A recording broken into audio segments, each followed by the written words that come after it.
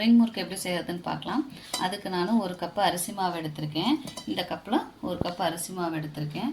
அடுத்து பார்த்திங்கன்னா ஒரு ஸ்பூன் சீரகமும் கொஞ்சோண்டு 1/4 ஸ்பூன் தான் மிளகு, வெறும் மிளகு பொடி எடுத்திருக்கேன். அடுத்து பார்த்திங்கன்னா 20 கிராம் பட்டர் எடுத்திருக்கேன். ஒரு ஸ்பூன் எள் எடுத்திருக்கேன், கருப்பெல். நீங்கள் வெள்ளை எள் இருந்தால் கூட போட்டுக்கலாம். அடுத்து ஒரு பிஞ்சுன்னா மஞ்சள் பொடி எடுத்திருக்கேன். நான் காரத்துக்கு மிளகா பொடியெல்லாம் சேர்த்தலை, ஏன்னா குழந்தைங்களுக்கும் சாப்பிட்றதுக்கு செய்கிறதுனால நான் மிளகா பொடி சேர்த்தலை. சப்போஸ் நாங்கள் பெரியவங்க காரமாக பிடிக்கும்னு நினச்சிங்கன்னா நீங்கள் ஒரு 1/2 ஸ்பூன்லேருந்து 1 ஸ்பூன் உங்களுக்கு காரம் எவ்வளோ சாப்பிட முடியுமோ அந்தளவுக்கு நீங்கள் மிளகா பொடி சேர்த்துக்கலாம்.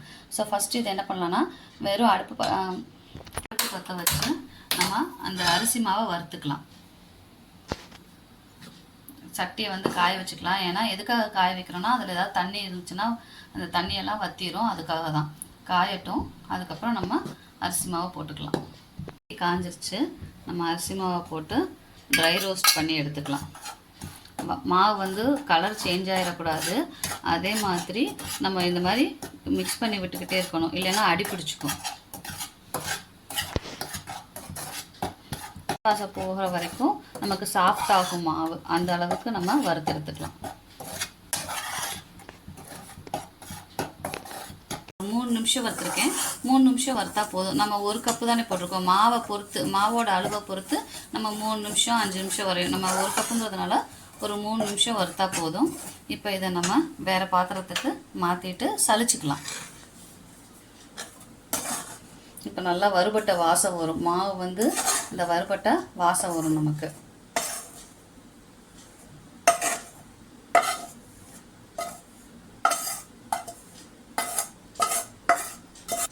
இந்த வறுத்த மாவை சலிச்சு எடுத்துக்கலாம். பார்த்திங்கன்னா இந்த மாவில் இருக்க கட்டி பீஸெல்லாம் நமக்கு தனியாக வந்துருச்சு. இப்போ இதை எடுத்துகிட்டு இந்த மாவை மட்டும் நம்ம இந்த ரிங் முறுக்கு செய்கிறதுக்கு எடுத்துக்கலாம். மாவு எடுத்தோமோ அதே கப்பில் நம்ம என்ன எடுத்துக்கலாம்னா, ஒரு கப்பு தண்ணி எடுத்துட்டு அந்த தண்ணியை கொதிக்க வச்சுக்கலாம். வடச்சட்டில் வச்சு கொதிக்க வச்சுக்கலாம். தண்ணி கொதிக்க வரப்போ, லேசாக சூடாகி வரப்போ நம்ம எடுத்து வச்சுருக்க மசாலா, பட்டர் எல்லாத்தையுமே இதில் போட்டு கொதிக்க வச்சுட்டு அதுக்கப்புறமா மாவை மிக்ஸ் பண்ணிக்கலாம். தண்ணி கொதிச்சிருச்சு. இப்போ நம்ம எடுத்து வச்சுருக்க சீரகம், மிளகுத்தூள், எள், மஞ்சப்பொடி எல்லாத்தையும் இதில் போட்டுக்கலாம். கொதிக்கட்டும் அதோடு சேர்ந்து. அடுத்து நம்ம எடுத்து வச்சுருக்க 20 கிராம் பட்டரும் போட்டுக்கலாம். ஒரு பிஞ்ச் பெருங்காயத்தூள் சேர்த்துக்கலாம். இந்த பட்டர்லாம் கரையட்டும்.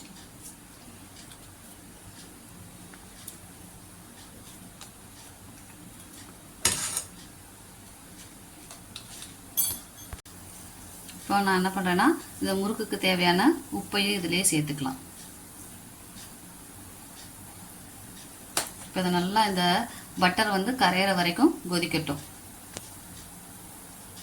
இப்போது நெய்யெல்லாம் அந்த பட்டர் கரைஞ்சிருச்சு. இப்போ நம்ம என்ன பண்ணிக்கலாம்னா, இந்த மாவை கொஞ்சம் கொஞ்சமாக சேர்த்துட்டே அப்படியே நம்ம மிக்ஸ் பண்ணி விட்டுக்கலாம். கட்டி இல்லாமல் அப்படியே மிக்ஸ் பண்ணி விட்டுக்கிட்டே வரலாம். நல்லா இப்படியே நம்ம சுற்றி விட்டுட்டு நம்ம என்ன பண்ணிக்கலாம்னா, அடுப்பை ஆஃப் பண்ணிக்கலாம். இப்போ இதை நல்லா மிக்ஸ் பண்ணி விட்டு நம்ம உருட்டி எடுத்துக்கலாம். கொஞ்சம் கைக்கு சூடு தாங்குற சூடு வரவும் நம்ம கையால் பிசைஞ்சு எடுத்துக்கலாம். வேறு பிளேட்டில் மாற்றி வச்சுக்கலாம்.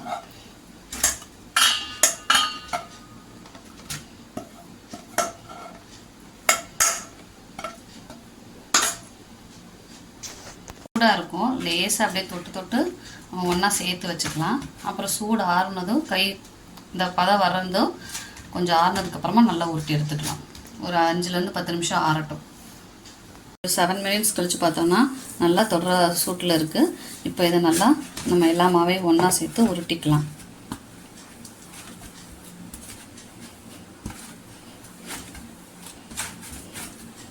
சப்பாத்தி மாவு உருட்டுற மாதிரி உருட்டி வச்சுக்கலாம்.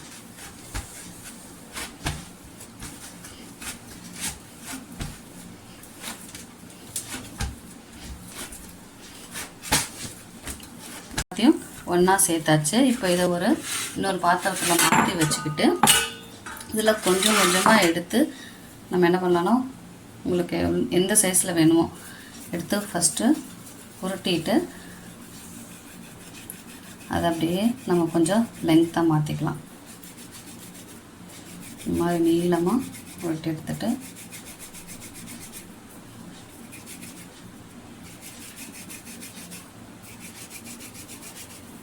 இப்போ இந்த சைஸ்க்கு வந்துருச்சா, இன்னும் கொஞ்சம் வெள்ளத்துக்கு சுருட்டி எடுத்துட்டு இதை எப்படியே நம்ம வளைச்சிக்கலாம். வளைச்சி இந்த 2 எண்டையும் நம்ம இப்படி ஜாயின் பண்ணி விட்டுக்கலாம். அப்போ தான் அந்த எண்ணெயில் போட்டு பொரிக்கிறப்ப பிரிஞ்சு வராது. நல்லா ஒட்டி விட்டுக்கலாம்.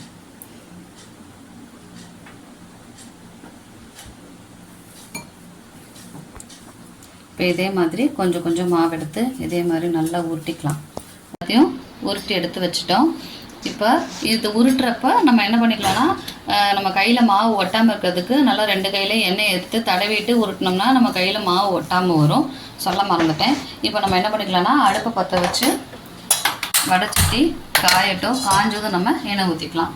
சட்டி காஞ்சிருச்சு. இப்போ நம்ம பொரிச்சு எடுக்கிறதுக்கு எண்ணெய் ஊற்றிக்கலாம். எண்ணெய் நல்லா காயட்டும். 3 நிமிஷம் கழிச்சு பார்த்தீங்கன்னா எண்ணெய் அந்த பபுள்ஸ் வந்து குறைஞ்சிருக்கும். அப்போ நம்ம பார்த்தீங்கன்னா வெந்து வரும். இப்போ நம்ம அதை திருப்பி விட்டுக்கலாம். நமக்கு கோல்டன் ப்ரௌன் வந்ததும் நம்ம எடுத்துக்கலாம்.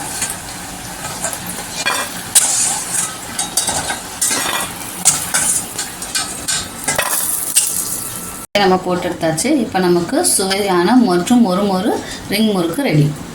இப்போ இதை நீங்கள் ஒரு ஏர்டைட் கண்டெய்னர் அப்படி இல்லைன்னா ஒரு சில்வர் டப்பாவில் உள்ள பேப்பர் வச்சு உள்ளே போட்டு வச்சிட்டோம்னா நமத்து போகாமல் ஒரு 10 நாள் வரையும் நம்ம சாப்பிடலாம்.